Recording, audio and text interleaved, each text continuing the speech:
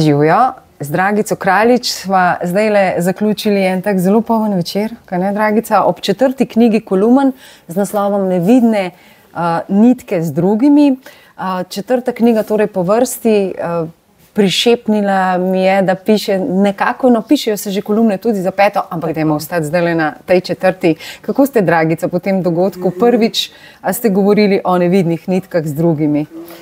Ja, v 4 letih, odkar pišem kolumne za revijo Jana, sem začutila, da se je pa nekaj spremenilo, oziroma tudi nocojšnji večer je bil temu dokaz, pa tudi tisti ljudje, ki berejo revijo Jana.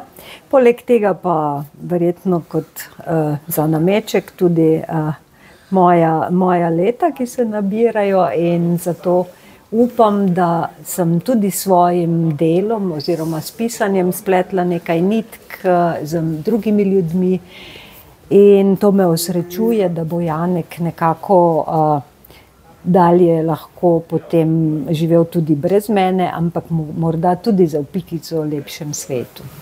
Naprej sem rekla, da so to vaše knjige, ne, Dragica, pa ni res, ne, so pravzaprav vajine z Janekom. Janek je tukaj z nami.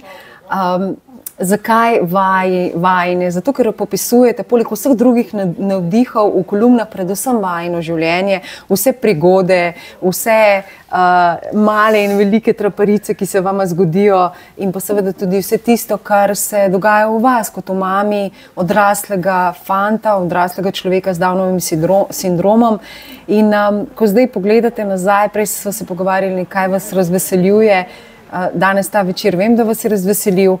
Kaj pa jutri, kaj je tisto, kar vas vsakič znova razveseli? Verjetno tudi Janikovo veselje, danes je zelo zadovoljen.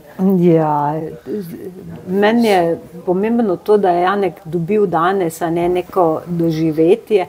Zdaj, kako očitno ne kaže, da mu je bilo dobro, in to je pomembno tudi za njegovo samozavest, seveda pa tudi za mojo.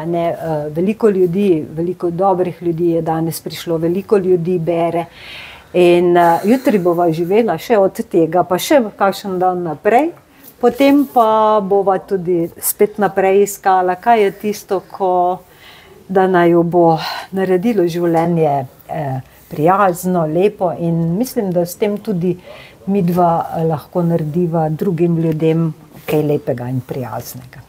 Mogoče samo še za konec, prej sem rekla, pa resno mislim, da so vaše kolumne res radikalno iskrene. Tudi do vas, tudi vi sami ste iskreni do sebe, do sveta, tudi do Janeka, zelo.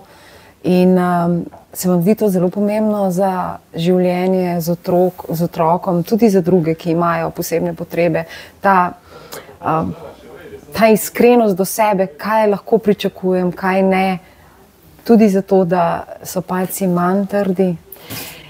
Pomembno se mi zdi, mislim, biti pošten do sebe, in pošten do drugih. Zato, ker če bi ljudje začutili, da jaz nisem poštena, lahko jim 100 knjig na dan dam ali pa na leto napišem, pa mi ne bojo nič verjeli. Tukaj pa meni ni problema se tudi pošaliti sebe, to se mi zdi celo smešno in humorno. In tudi Janek se včasih tako obnaša. In mislim, da je iskrenost tisto, kar je pomembno, oziroma Ušesa se smeji. Ušesa, ja. Da je iskrenost tisto in da ljudje to začutijo, tudi tako kot Janek, Tako da ja, nevidne nitke z drugimi, 5. pa prihaja, ampak 4. je odlična, berite jo, tudi hudomušna. Hvala vam. Hvala, Dragica. Hvala lepa.